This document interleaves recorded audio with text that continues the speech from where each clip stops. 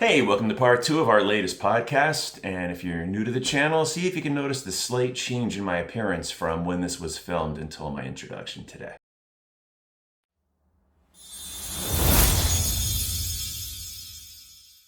Well, it's interesting. You talk about, just doing something and starting with the one push-up. There's a person both of us knew, Sam Piccolotti. Yeah. He has a website. It's called No 0 Days. And I credit him a lot with helping me. I tried to stay active in the Air Force. Wherever I was, I used to like to run a lot in Italy down at the base. There used to be an old caretaker base, and I used to run with my old commander every day, and he used to push me along. And I was never a runner. Yeah. I mean, I could play the short, like the baseball and, the quick hit football stuff and swimming, the short swimming stuff. But, running was not my thing. But one day him and a bunch of the pilots, they said, we're going to run from the base down to the airfield. And it was a 6-mile run. And I had been doing like 2-mile around the base runs, and I had never run any distance. I mean, the most I had ever run was my 2-mile. You have to do it once a year and meet the minimum to, to stay in the Air Force type of thing. Yeah. We took a run down towards the airfield, and I got about 4.5, almost 5 miles in, and they had one of the load masters took a van to pick us up down there, and I was starting to die, and the 5 pilots, they got down there, and Colonel Callan, he just turned around and he ran back, and he came to me and he said, "Okay, don't give up, you can do it." So, I didn't give up, and I finished it. And that was, for me, that was a big accomplishment. Yeah. I had never ran 6 miles straight in my life. Yeah. I'd never tried it, never done it. And he wouldn't let me finish it. He said, if you have to walk, you walk it, but you're not going back until you get to the base. Yeah. And I made it to the base and I finished. So it was an accomplishment. But after I got out of the Air Force, that's when I got my, arthritis and the diabetes hit, and I really got very stagnant. And I ran across on Facebook Sam's site, No 0 Days. And it just basically, he's got this philosophy. Now, he is an amazing athlete. He's a triathlete. He is huge, but he basically says no matter what you do, just do something every day. Yeah. And I started with just simply, walking. He had this thing where, do something and log it every day. And if you do it for, I can't remember if it was a month or 2 months, you can get a shirt. And I remember just going for walks in an airport. I was traveling, and I did a 30-minute walk in an airport. And that just got me to the point where, I couldn't do a lot because of the arthritis. But I said, well, I was getting heavy. I found that I couldn't ride on a regular bike. I used to like to swim. The cold water affected my arthritis. I liked treadmills when I was in the Air Force, but I couldn't with my feet. My arthritis in my feet is horrible, so I couldn't run on a treadmill. I finally found that recumbent bikes didn't affect my feet that much. So I ended up getting a recumbent bike, and I started just pretty much every day. I started at 10, 15 minutes, and I got it up to 30, 35 minutes. And then I started driving Porsche nuts because every day I had to find my 35 minutes to do it. Yeah. And I credit Sam a lot with that because over the course of time, even working with the arthritis and stuff, I still found my 35 minutes to ride the bike. And that kind of got me in better shape, not as good a shape as I would like to. But if there's one, I hate to say positive with the Alzheimer's and being disabled and not being able to work, I've found time to focus on myself. And since I got out of work, I've lost almost 80 pounds. Oh, wow. That's great. Yeah, I mean, if from the highest, I won't say from the day I quit, but from the highest I ever was, I've lost over 80 pounds. And now, I still use the recumbent bike. I still, do a little bit of light weights because with my hands I can't do anything heavy, but it's all that philosophy of just finding a day, doing something, And I would stress that with people who are dealing with illness. Even if it's just sitting in your chair and doing stretching, just try to do something to get a little bit of exercise, get a little range of motion going. Any little bit helps. And I think that's what we're both finding. It's helping both of us. Absolutely. And I love that philosophy because I know when I was younger, when I was really excited about something, whether it was running or any kind of workout regimen, you hear a lot of this in January with people with making their New Year's resolutions of, let's say I'm getting back into running, I'm out of shape, I'm building, and then suddenly everything starts to click, and I have this day where it's like, man, I feel great, and run more. Yep. And then the next day it's like, I can't do what I did yesterday. And they end up not running and not running and not running. What happens is rather than going from 0 to 100, you're going from 100 to 0. And I've learned that whenever I was really into something, when that routine would snap, it would go back to nothing. It would be my 0 days. Right.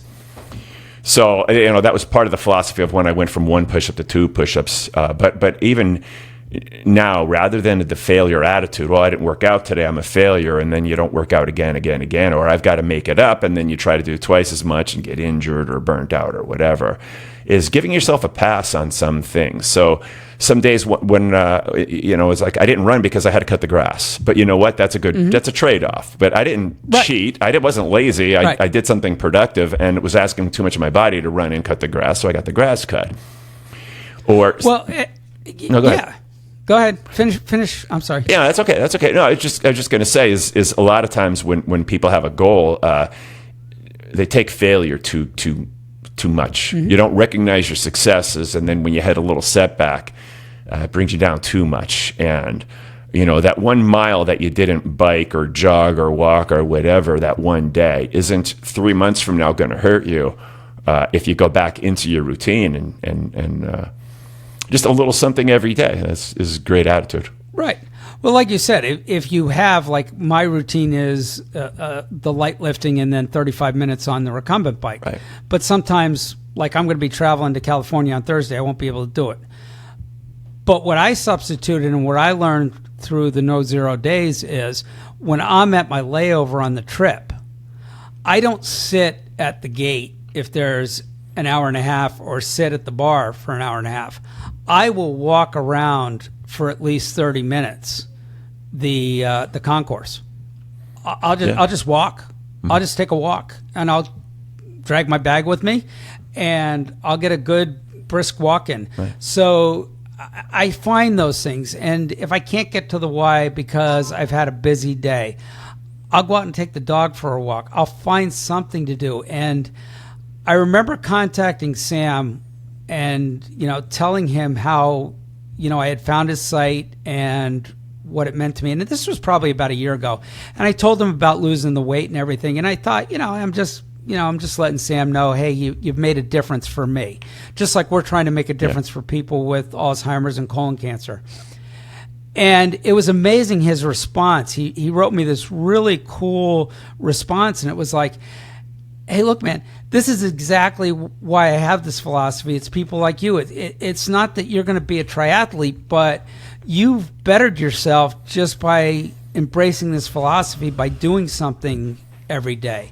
And, that satisfies him and his goal to share that with people. And I think that's a great thing. Absolutely. But, speaking of sharing, that it just dawned on me. We've actually been invited on a couple different podcasts. Yeah, this is good. Some good news here. Yeah, something to share with Absolutely. everyone.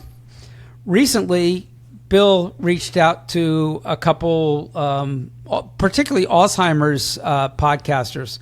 One being a gentleman named Christoph who does Living with Alzheimer's.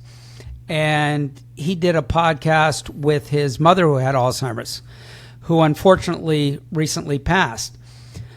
So Bill was kind of helping me see if there might be some interest in some podcasters talking to me about me being a physician. And Christoph and another Lori LeBay from another podcast. I think one of hers is Alzheimer's Speaks. They got back to Bill and they were interested. And Bill and I had an opportunity to talk with Christoph, and we did a podcast with him on his podcast. What did you think of that, Bill? Yeah, that went great. He's still editing. He gave us no. The only promise he made on when it will be released is it'll take a few weeks because he's slow in the editing process. But there's nothing wrong with that. But it was very interesting, and he says he has a face for radio as a joke, but because his podcast he doesn't do video podcasts, but he's got an amazing radio voice, and not that he had a face for radio. That was just some self-deprecating humor. He could definitely do a podcast. In fact, we definitely have to, once he gets through, we have to invite him on ours because he would be a phenomenal guest. But that was a great experience to do that. And I definitely. I think we learned a lot just from working with him. Yes, absolutely. You could tell he has a semi-professional background. Right. I had an opportunity to listen to a few of his podcasts, and I know Bill listened to some of his podcasts as well. And it's just a very interesting podcast, watching him talk with his mother and how he organized things with her. And he has tons of information. So, check out his podcast, definitely. Yeah. Once again, that's Living with Alzheimer's with Christoph. And Ginger was his mother. Unfortunately, she passed away. I think it was back early spring, if I remember correctly. I think you're right. Yeah, and I'll definitely throw that link to the podcast. Yeah, let's put that link down there, and we'll be on it. But I think anyone who wants to get some information on Alzheimer's, he's a great resource. His podcasts have tons of information in them, very professionally done, very impressive, and I hope someday to get ourselves to that level. I think we're improving as we go along. Yep. Each podcast is better than the next, but it's definitely a good experience. We've also had some nice opportunities to get some feedback from people to us.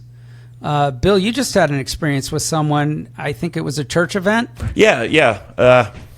I was at a picnic, and a woman was talking to me.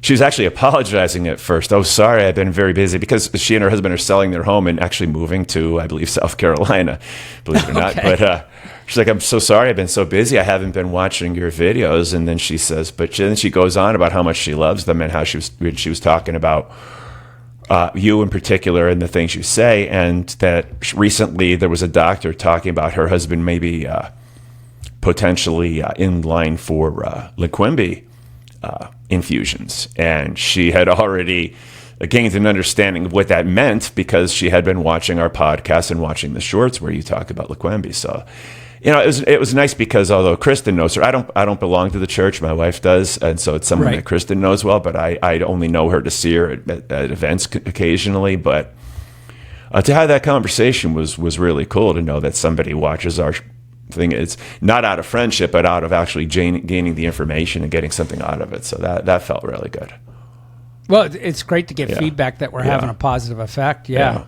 I had a strange occurrence similar to that. Someone who I became friends with on Facebook, who through mutual friends, we got together. He found our podcast. And he reached out to me through Messenger, and he said, look, I kind of know who you are, and I've been watching your podcast. And he alluded to the fact that he's dealing with something similar to what I am. He hasn't specifically shared his diagnosis or what stage he's at, but he shared with me that it's been very helpful for him to be listening to the podcast, and he's found value in it, and he's, some comfort that, you can be productive even with Alzheimer's. So that was good feedback for me. I've also had a couple people reach out to me regarding colonoscopies. they've said, I've been putting it off, and, that finally reminded me I had to get it. And that's good when I hear that people, were having an effect on friends that were reminding them to get it. Yeah.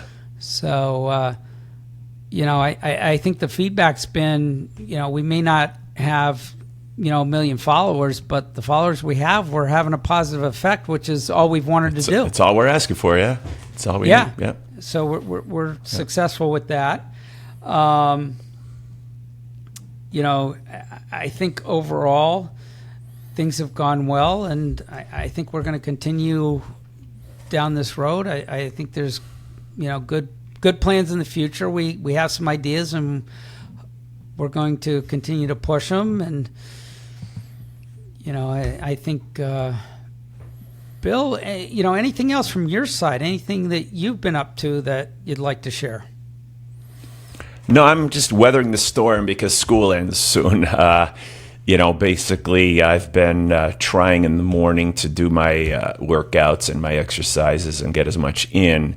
It does affect the rest of my day. I don't feel energetic the rest of the day, but as I've said, miles ahead of where I was. But it's a late school year this year, but when the boys are out of school, it'll be a whirlwind. And my goal really is to spend as much time outdoors and playing and doing stuff with the kids, the stuff that I've only been paying lip service to for the past few years. Just trying to be, I always say the image of the retired teacher playing golf and going fishing is not my retirement with 2 teenagers and a 9-year-old. So no, not at all. If I could be just functional this summer, that's going to be such a huge plus for me. That's my big goal.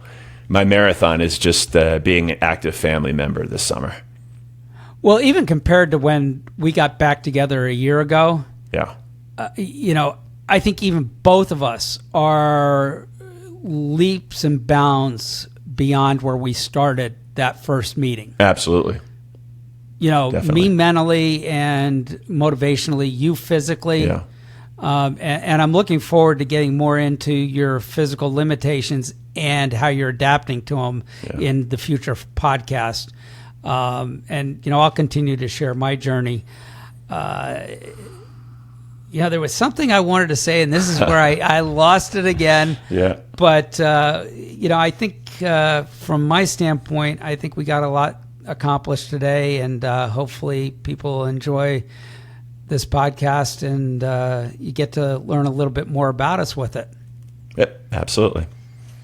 Well, this is Dr. John from Friends with Medical Benefits. I'm going to sign off and let Bill say his final farewell for this one.